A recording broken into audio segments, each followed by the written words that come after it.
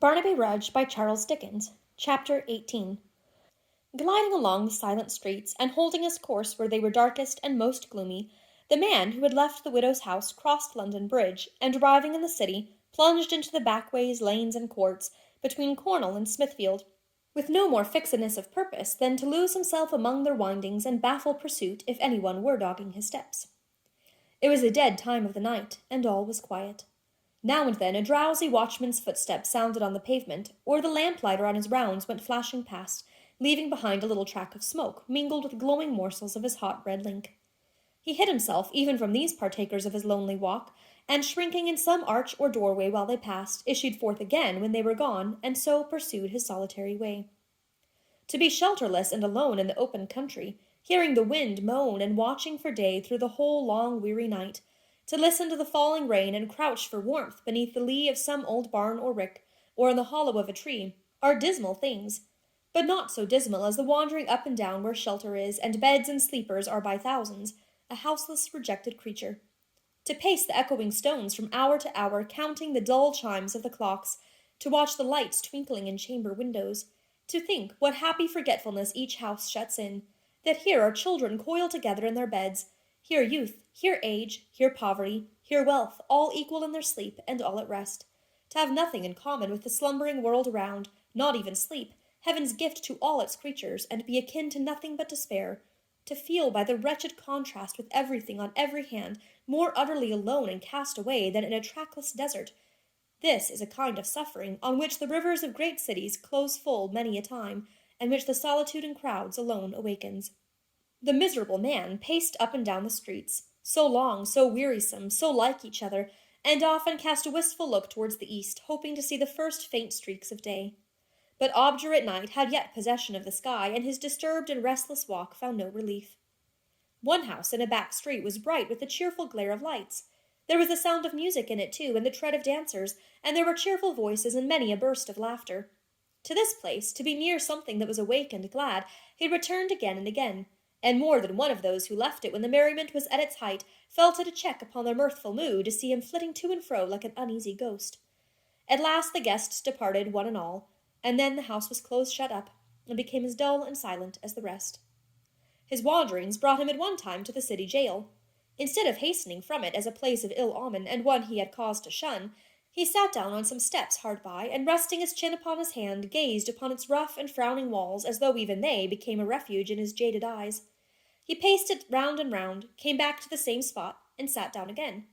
He did this often, and once, with a hasty movement, crossed to where some men were watching in the prison lodge, and had his foot upon the steps as though determined to accost them. But looking round, he saw that the day began to break, and failing in his purpose, turned and fled. He was soon in the quarter he had lately traversed, and pacing to and fro again as he had done before. He was passing down a mean street, when from an alley close at hand some shouts of revelry arose, and there came straggling forth a dozen madcaps, whooping and calling to each other, who, parting noisily, took different ways and dispersed in smaller groups. Hoping that some low place of entertainment which would afford him a safe refuge might be near at hand, he turned into this court when they were all gone, and looked about for a half-open door or lighted window, or other indication of the place whence they had come. It was so profoundly dark, however, and so ill-favoured, that he concluded they had but turned up there, missing their way, and were pouring out again when he observed them. With this impression, and finding there was no outlet but that by which he had entered, he was about to turn, when from a grating near his feet a sudden stream of light appeared, and the sound of talking came. He retreated into a doorway to see who these talkers were, and to listen to them. The light came to the level of the pavement as he did this, and a man ascended, bearing in his hand a torch. This figure unlocked and held open the grating as for the passage of another, who presently appeared in the form of a young man of small stature and uncommon self-importance, dressed in an obsolete and very gaudy fashion. "Good night, noble captain," said he with the torch. "Farewell, commander. Good luck, illustrious general." In return to these compliments, the other bade him hold his tongue and keep his noise to himself, and laid upon him many similar injunctions with great fluency of speech and sternness of manner. "Commend me, captain, to the stricken Miggs," returned the torch-bearer in a lower voice. "My captain flies at higher game than Miggs's. Ha, ha, ha! My captain is an eagle, both as respects his eye and soaring wings. My captain breaketh hearts as other bachelors break eggs at breakfast." "What a fool you are, Stagg! said Mr. Tappertit, stepping on the pavement of the court and brushing from his legs the dust he had contracted in his passage upward. His precious limbs, cried Stagg, clasping one of his ankles. Shall a Miggs aspire to these proportions? No, no, my captain. We will inveigle ladies fair, and wed them in our secret cavern. We will unite ourselves with blooming beauties, captain. I'll tell you what, my buck, said Mr. Tappertit, releasing his leg. I'll trouble you not to take liberties, and not to broach certain questions unless certain questions are broached to you. Speak when you're spoke to on particular subjects, and not other ways. Hold the torch up till I've got to the end of the court, and then kettle yourself, do you hear? I hear you, noble captain. Obey, then, said Mr. Tappertit haughtily. Gentlemen, lead on. With which word of command, addressed to an imaginary staff or retinue, he folded his arms and walked with surpassing dignity down the court. His obsequious follower stood holding the torch above his head, and then the observer saw for the first time from his place of concealment that he was blind. Some involuntary motion on his part caught the quick ear of the blind man before he was conscious of having moved an inch towards him, for he turned suddenly and cried, Who's there? A man, said the other, advancing. A friend.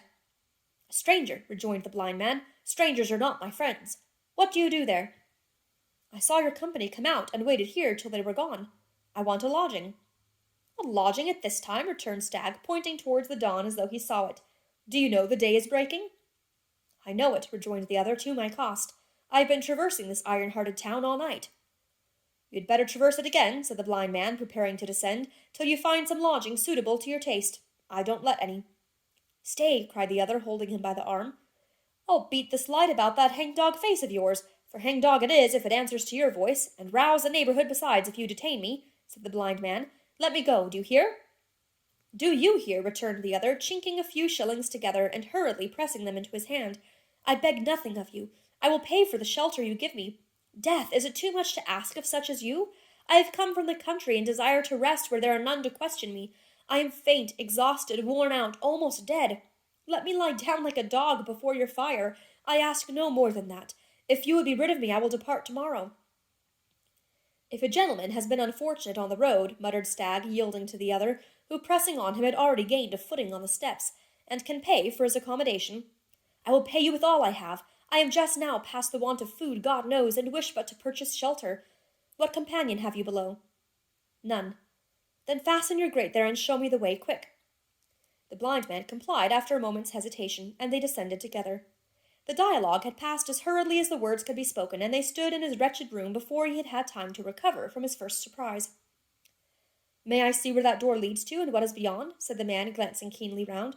You will not mind that. I will show you myself. Follow me or go before, take your choice. He bade him lead the way, and by the light of the torch which his conductor held up for the purpose, inspected all three cellars narrowly. Assured that the blind man had spoken truth, and that he lived there alone, the visitor returned with him to the first, in which a fire was burning, and flung himself with a deep groan upon the ground before it.